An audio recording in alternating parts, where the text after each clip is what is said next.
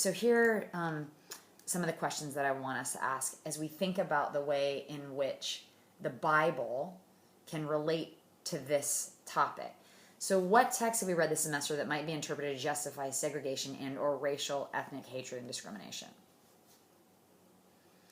I want us to then, right, and we'll talk about this later, discuss William's thesis. And I'll come back to this one in a later essay.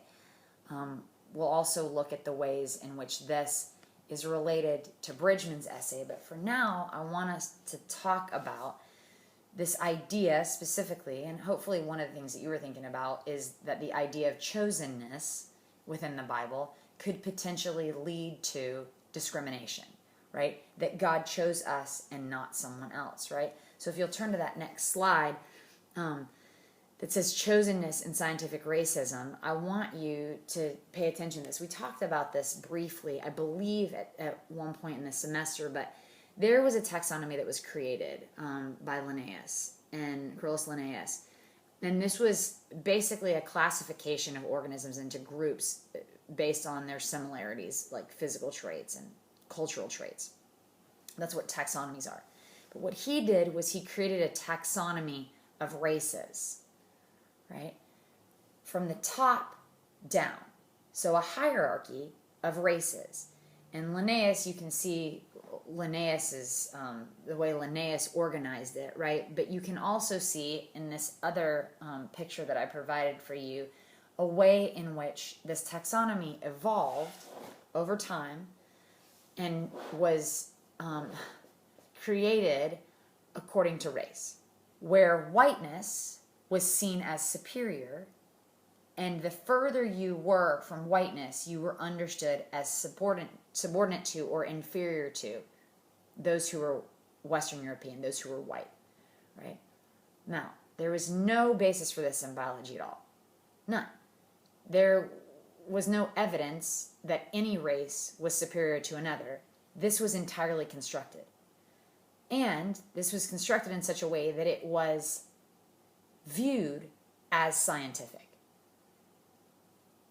Now, what I want us to think about is the way in which this was propagated by Western Europeans. So who does it benefit? Obviously, Western Europeans.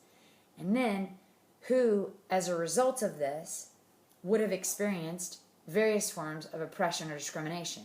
Yes, anybody who was not white, anyone who was under white, right? And then within that, and you guys are familiar with the term colorism, right? What begins to happen then is that people of these other races are viewed as less or more valuable or human according to the color of their skin. Absolutely no basis in science at all. It simply was an interpretation of people's intrinsic value based on their skin color, which has more to do with evolution and climate, right, than it has to do with anything.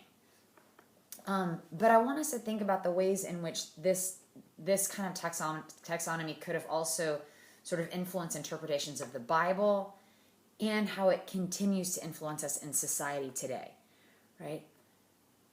These ideas, I mean, this is absolutely where racism originates, right? And is institutionalized because certain bodies are seen as more valuable or more human than others simply according to their skin color and where they just so happen to be born into the world, right? And I want us to think then about the effects of this on society writ large. I've also, you can see, reminded you of what microaggressions are, right? These intentional or unintentional ways in which discrimination is conveyed, right, and communicated. Hostile, derogatory terms, right? Slurs that we don't even think twice about. Words like even the word picnic, right? That could be used by white people completely without any understanding of the historical basis for this term. And I want you guys to look it up and find out, right? And hopefully that'll alter your perspective on that word. But, right, we don't often understand there are historical roots to these things, and often they are rooted in some sort of a discriminatory framework.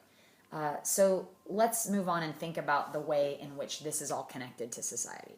Right? I've got a slide here that is showing you race, ethnicity, and poverty, right? The way they line up in the United States. And so what you'll notice if you look at the slide, right, is that, right, on average, white people do not experience poverty to the degree that people of color do, right? And you'll notice what those numbers are, right? Again, certain people have thought this is an individual type thing, right? What I want us to think about is the way that this is actually institutional. It's not individual. So what I've got then is some slides to sort of help make this connection a little more clear, right? So this is then getting us to think about exceptionalism, racism, and its justification in the United States. Race is not biological, right? It's social and economic. Race was created. The idea of different races is a construct. It's not something that is essential or inherent in who we are. It was created to identify people and to place them into different categories. It's socially constructed. The differences we see with our eyes are superficial, and they emerged over time as humans adapted to their geography. So what I want us to do then is to think about specifically slavery. The U.S. economy, right, was based on the enslavement of African people and their displacement, right? I mean, you can read this slide for yourself, but I just want to talk through it briefly. It's also the displacement and genocide of indigenous North American peoples, right? I refer again to that quote by Fiona Black, but it's important to know that by 1900, there were less than 300,000 indigenous peoples in the United States. Prior to that, there were 10 million. Because in order for Western Europeans to take over the United States, they believed that they needed to destroy the native people, the people that were indigenous to this area, so that they could take over this land. And interestingly, as many of you know, right, the belief of the colonizers of our country was that God had called them to this. There were enormous economic interests in justifying certain practices according to racism, biologically as well as biblically, right? And we won't go deeply into that right now, but I teach another course in which I dive more into this. So the word white was first used in 1691, giving those deemed white the advantage of citizenship. And that then also was understood as full personhood within the United States. Therefore, while a white person could be just as poor as a black person, they had privilege as a U.S. citizen because they were white. So from this point on in history, whiteness was interpreted as superior and therefore privileged. Now, slavery, right, was abolished just after the Civil War. And this was with the 13th Amendment. So in 1865, Jim Crow laws then were instituted,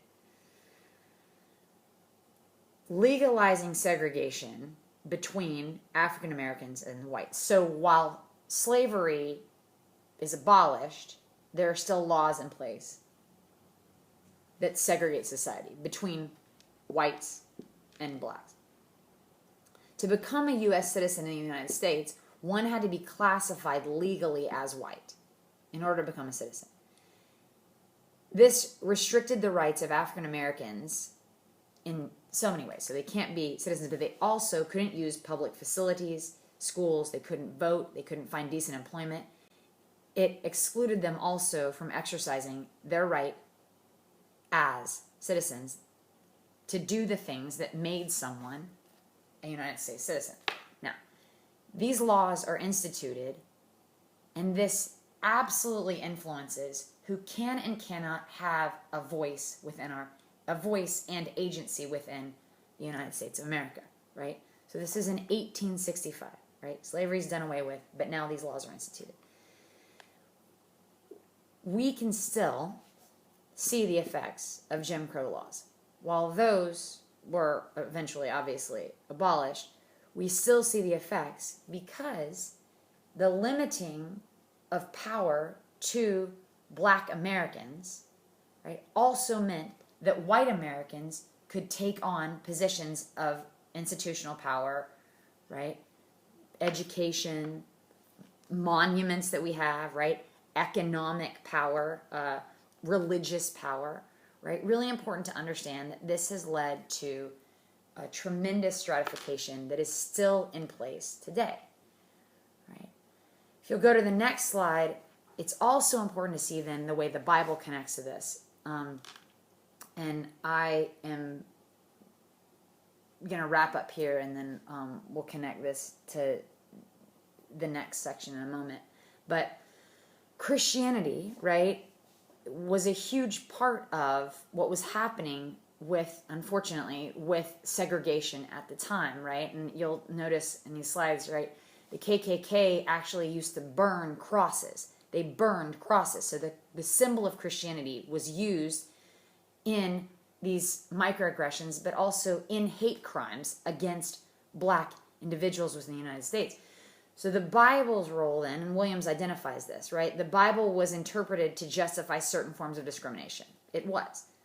While the gospel is the good news, spreading the gospel entailed the destruction of indigenous cultures, the enslavement of African peoples, but also any people that were seen as uncivilized heathens according to that taxonomy, and also the obscuring, negating, rewriting, and reducing to folklore of other people's traditions, their stories, their spiritual practices, their philosophies, their religions, and even their histories, completely erased. So this then begs the question, was this actually God's mission to do this? Or was it part of a very human agenda? And does God actually only favor some? So exclusivism, discrimination, and specifically racism, were central to the colonizing and Christianizing mission. And it's a horrible thing that has to be acknowledged, right? Racism is white racial and cultural prejudice and discrimination, and it's supported by institutional power and authority, even to this day. It's used to the advantage of whites and the disadvantage of peoples of color. And racism then encompasses economic, political, social, and institutional actions and beliefs that systematize and perpetuate an unequal distribution of privileges, resources, and power between whites and peoples of color. Again, I want us to think about the way in which the Bible has been and could be used, right, to support these ideas. It's also important to think about the way in which God has been seen and the way in which Jesus has been seen, and how that too influences the way in which people are understood and power is understood.